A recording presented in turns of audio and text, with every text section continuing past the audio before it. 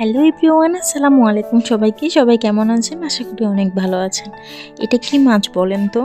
আমি কিন্তু এই মাছটা মোটেও চিনতাম না, আর আমি ফার্স্ট টাইম এই মাছটা খেয়েছি বা দেখেছি। এটা হচ্ছে টুনা মাছ। আজকে আমি টুনা মাছ ফার্স্ট রান্না করব এবং কি ফার্স্ট এটা কাট করব।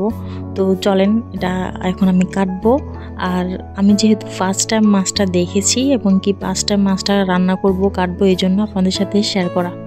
এই তো আমি মাছটা কেটে ফেলেছি অলরেডি। মাছগুলো কিন্তু অনেক বেশি নরম ছিল, আর ফিশগুলো দেখতে কিন্তু অনেক বেশি সুন্দর লাগতেছিল।